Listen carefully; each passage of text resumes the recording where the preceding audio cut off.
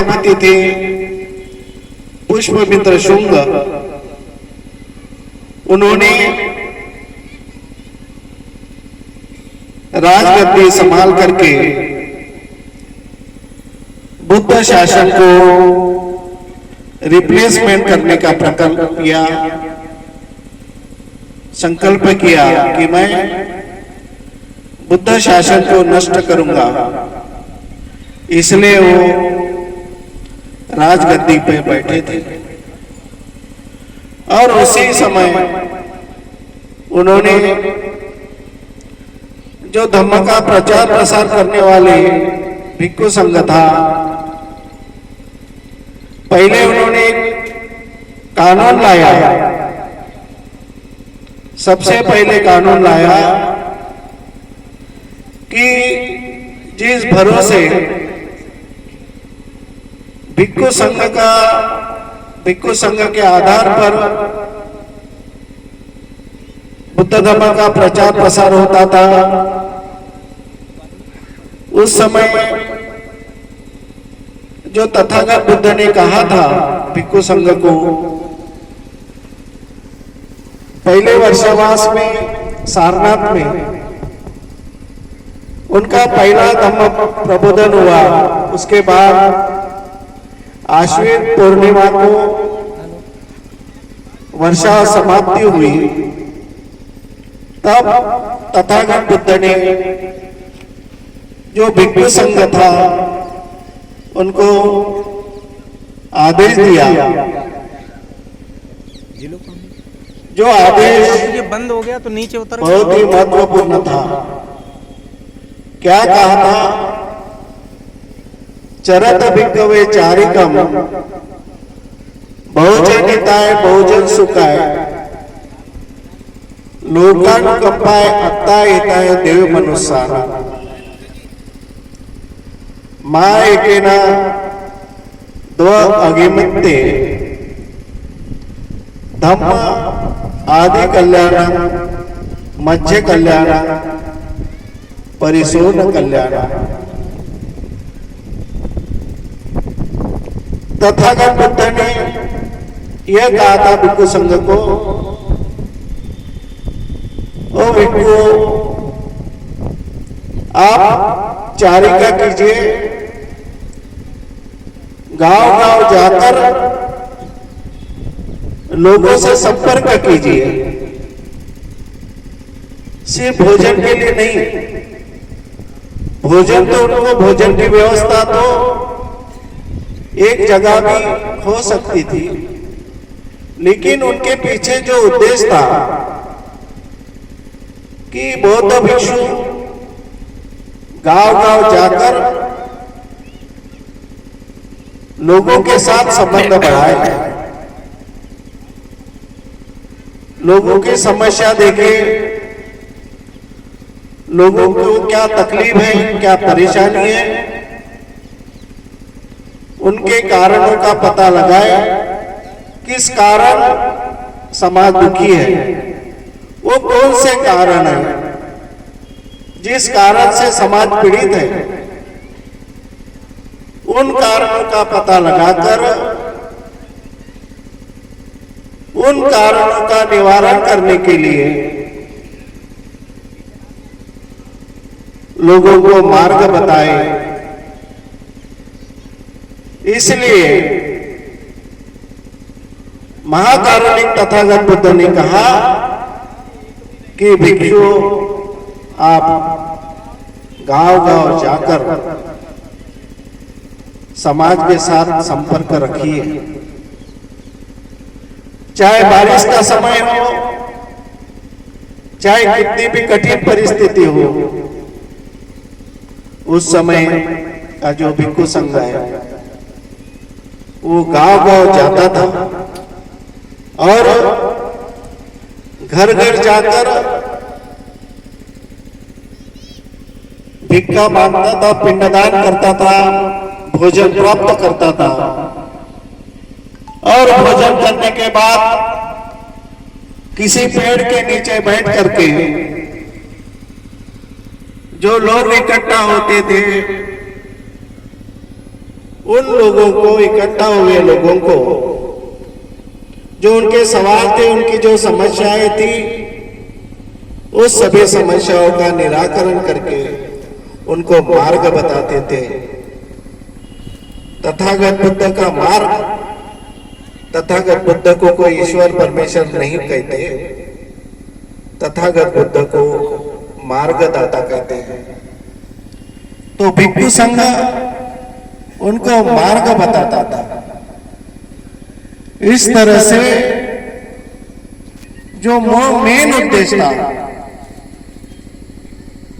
वो पूरा होता था और लोग दुख से मुक्त होने का मार्ग प्राप्त करके दुख से मुक्त होते थे। इस तरह का भिक्षु संघ होता था। ऐसे भिक्षु संघ को जब पुष्पमित्र शुंग का शासन आया, देखो शासन परिवर्तन होता है तो क्या बदलाव होता है। सम्राट अशोक का शासन था,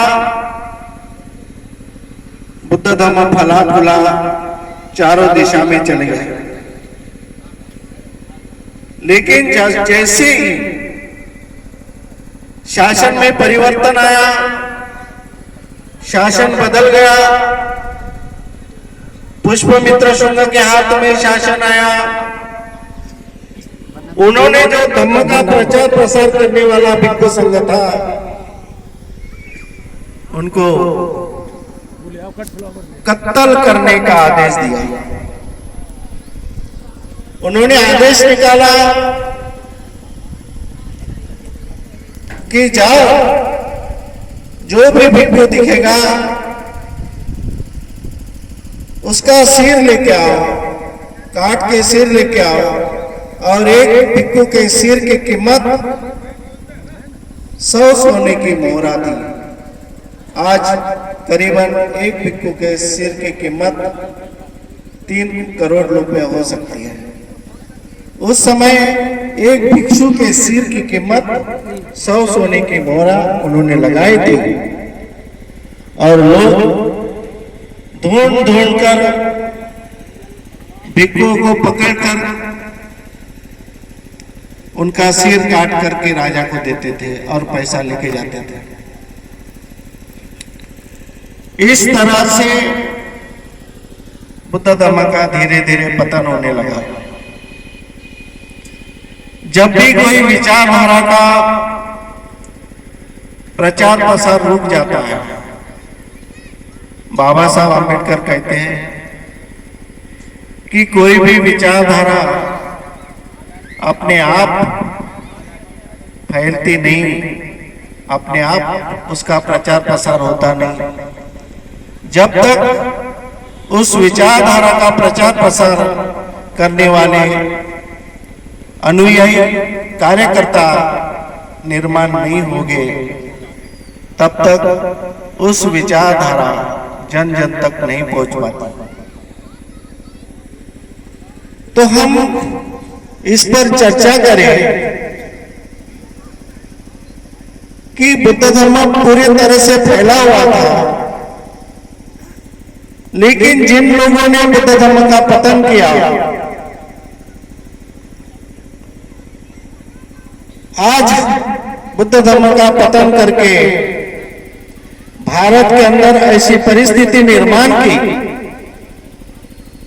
कि जो हम मूल निवासी थे, पहले के बौद्ध थे, हम सभी बहुजन समाज के लोग बौद्ध थे, लेकिन हम लोगों को अछूत बना दिया, शूद्र बना दिया। इतनी बड़ी सजा हमें मिली है। यानी समझ लीजिए कि वो लोग कितने खतरनाक लोग हैं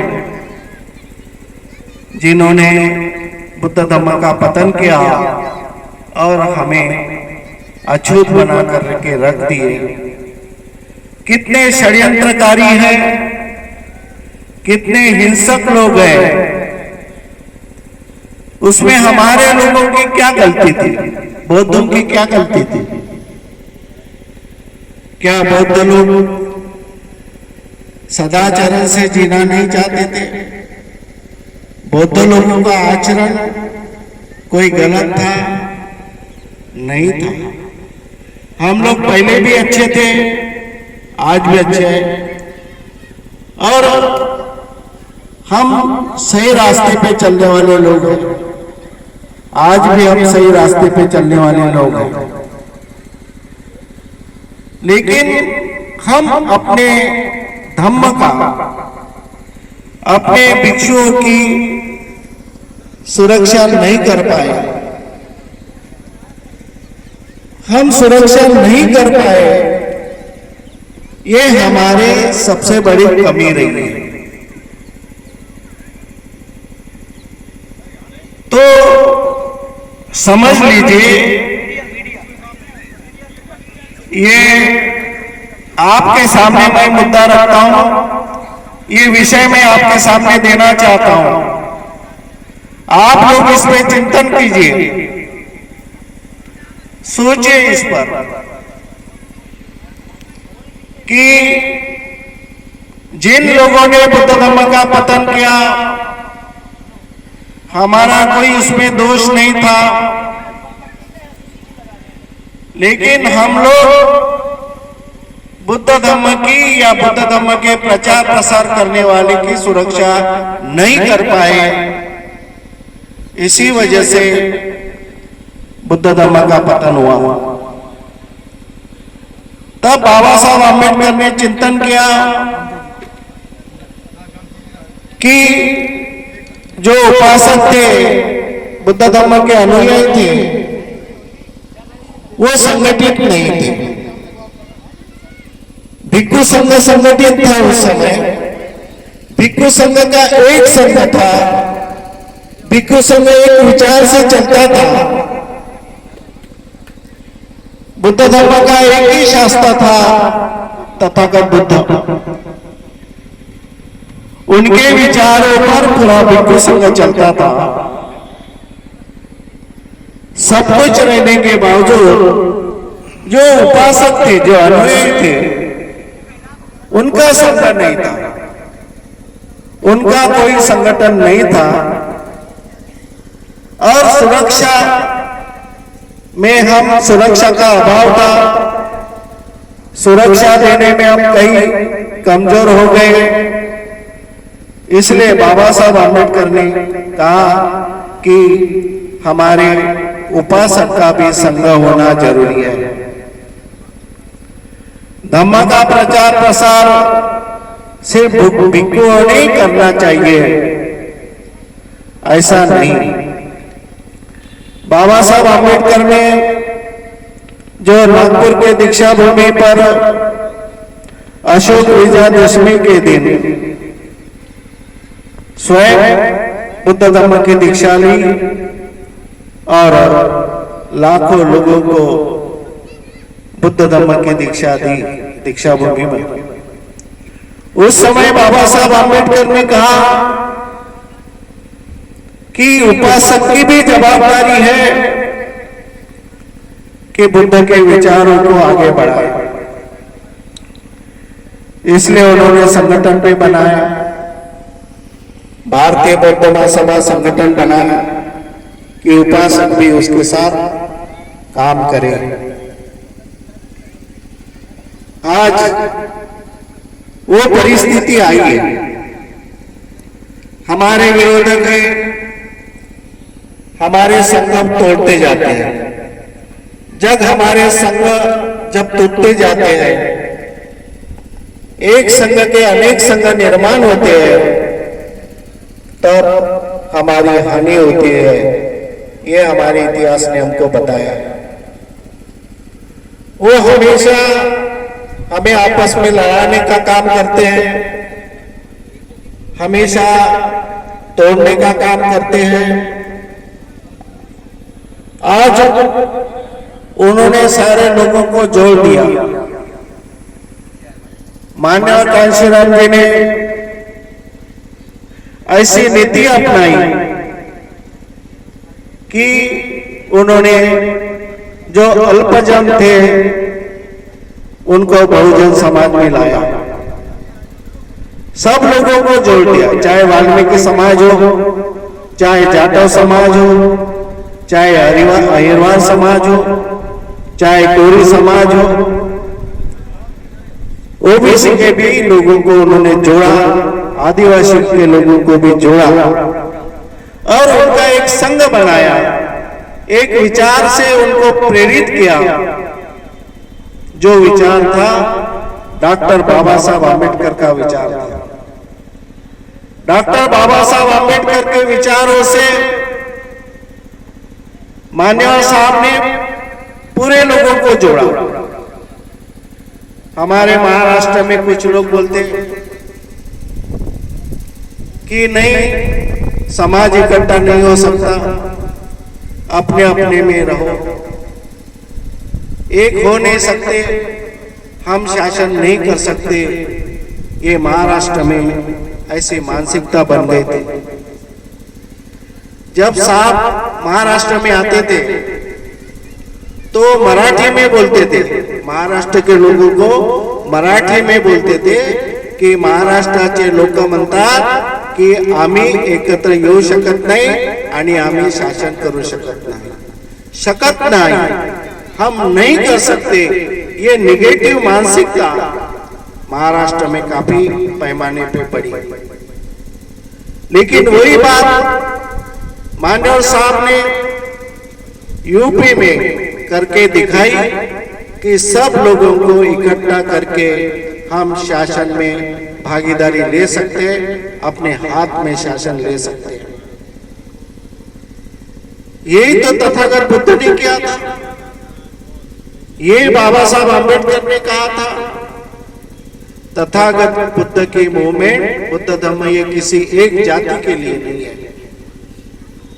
बुद्ध की मूवमेंट, बुद्ध धर्म में कोई जाति नहीं है, सभी जाति के लिए उन्होंने मानवतावादी विचारधारा दी, जो समता, स्वातंत्र, बंधुभाव और न्याय के आधार पर जो विचारधारा दी, किसी एक ही जाति के नहीं।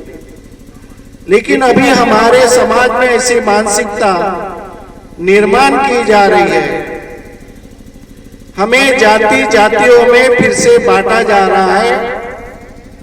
ये हमारे लिए बहुत हानिकारक बात है, अच्छी बात नहीं है। मैं वाल्मीकि हूं तो मैं अलग हूं। बुद्ध धर्म में भी कई शाखाएं निर्माण हो रही है। मैं सिर्फ सम्राट अशोक को मानने वाला हूं तो मैं बाबा साहब आम्बेडकर को नहीं मानूंगा। मैं शाक्य वंश का हूं, मैं बुद्ध को मानूंगा। मैं मौर्य वंश का नहीं तो सम्राट अशोक को नहीं मानूंगा, बाबा साहब को नहीं मानूंगा। कुछ लोग कहते हैं कि मैं बाबा साहब को मानूंगा तो बुद्ध और सम्राट अशोक को नहीं मानूंगा। हमारे विचारों में जो बदलाव हो रहा है, वो बदलाव क्यों हो रहा है? ये बदलाव कौन कर रहा है? इसके पीछे क्या साजिश है? इसको हमें समझने की आवश्यकता है, क्योंकि इतिहास गवाह दे रहा है कि जब भी हम टुकड़े टुकड़े में बढ़ गए हैं तब हमारे सबसे ज्यादा नुकसान हुआ। बुद्ध धर्म का नुकसान तब हुआ जब सम्राट अशोक के बाद बुद्ध धर्म के 25 शाखाओं में बुद्ध धर्म को बांटा गया।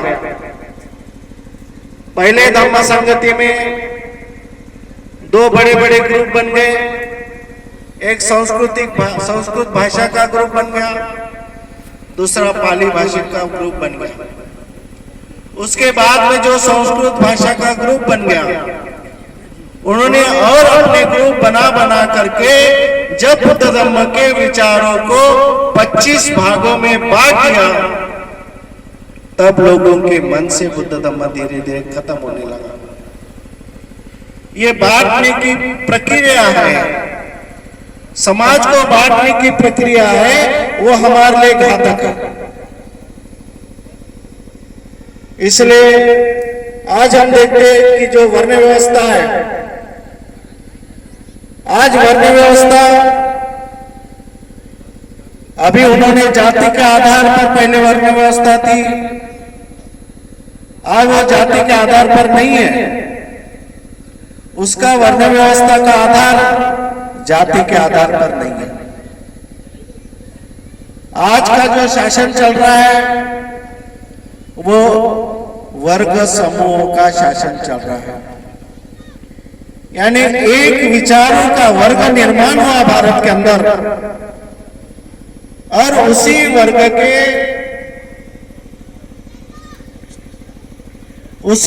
के तहत सबको जोड़ा उन्होंने। एक विचार के लोग, चाहे शेड्यूल कास्ट के लोग हो, चाहे ओबीसी हो, चाहे शेड्यूल ट्राइब के लोग हो, चाहे क्षत्रिय हो, वैश्य हो, ब्राह्मण हो, उनको जो एक विचार के लोग हैं उनको उन्होंने इकट्ठा किया। चाहे उनके धर्म अलग हो, चाहे उनके महापुरुष अलग हो, लेकिन उन्होंने एक विचार के लोगों को इकट्ठा करके एक वर्ग समूह का शासन निर्माण किया।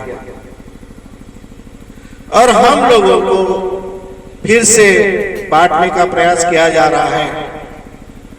इसलिए मैं आपको आगाह करना चाहता हूं कि जो भिक्षु संघ में मैं विनती करूंगा भिक्षु संघ को कि वो आपस में मिलकर के रहे। चाहे कोई कमजोर हो, कोई अच्छा हो, लेकिन हमें सब मिलजुल के रहना है। जब हम आपस में झगड़ते, आपस में बंटवारा करते हैं, जब भी हम आपस में झगड़ते हैं तो हमारा नुकसान होता है। इसलिए हम चाहते कि सब मिलजुल के रहे। बाबा साहब आम्बेडकर के विचारों को केंद्रीभूत मान करके बाबा साहब आम्बेडकर के विचारों पे चले और बाबा साहब आम्बेडकर के विचारों पर ही आधारित समाज निर्माण करे, जो समता मूलक समाज निर्माण हो और सब समता, स्वातंत्र, बंधुभाव और न्याय से चले। इतना ही मैं आपसे अपेक्षा रखता हूं और आप लोगों को मैं विनती करूंगा कि आपस का बंटवारा बंद करें। भिक्षुओं में जो कलह है वो खत्म करे। सब भिक्षु मिलकर के, सब उपासक मिलकर के